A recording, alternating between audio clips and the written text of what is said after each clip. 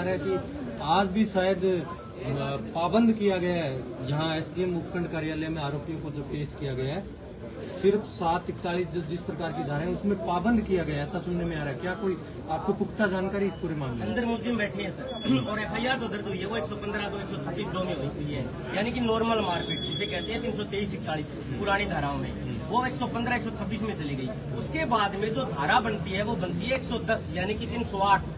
उसको इतना मारा गया कि उसकी डेथ भी हो सकती थी। लेकिन आप देखिए पुलिस की चाल और मौजूदा जनप्रतिनिधि है उनकी मिली भगत। अंदर मुलजिम बैठे हैं, 151 में पाबंद किया है उनको, और मुलजिम इसलिए बैठा रखी है, उनका काम हो गया ताकि ये भीड़ चली जाए और हम उनको छोड़ दें, उनको रिहा कर दें। 151 में पाबंद किया है इस ऐसी गंभीर अपराध के मामले में, यानी कि 170 ऑफ द BNSS ये प्रक्रिया जो है, यानी कि कहीं पर भी शांति भंग हो रही है तो हम उसको एक छोटी सी कार्रवाई करके निपटा दें।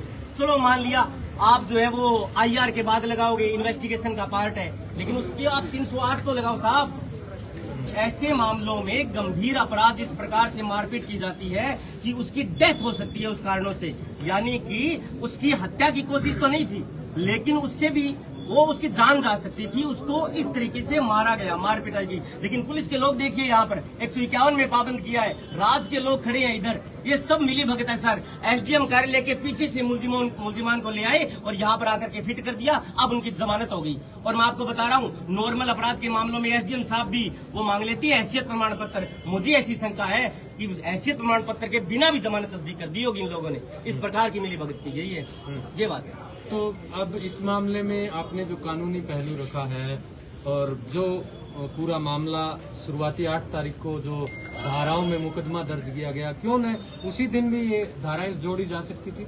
नहीं, ये तो इंजरी के बाद लगती हैं सर। इंजरी के बाद IR की रिपोर्ट के अनुसार कि आपके शरीर पर कितनी चोटें हैं, कितनी चोटों के निशान है, कितनी डैमेज है आपकी बॉडी। लेकिन 8 तारीख को घटना के बाद वीडियो वायरल 10 को होती है और शाम को पुलिस दबाव में आती है और गिरफ्तार करती है। ये कार्रवाई तो 8 तारीख को भी हो सकती थी। अगर MLA साहब संजीव बेनीवाल के किसी रिश्तेदार के साथ ऐसी हो जाती तो क्या वो गिरफ्तार नहीं करते? ये तो आप पब्लिक का दबाव है, जन आंदोलन यहाँ पर है, आक्रोशित लोग जो है उनके दबाव में आकर के पुलिस ने ये छोटी सी कार्रवाई करी है। लड़ाई लंबी है सर। सुनने में आ रहा है कि सामने क्रॉस FIR भी दर्ज हो चुकी है।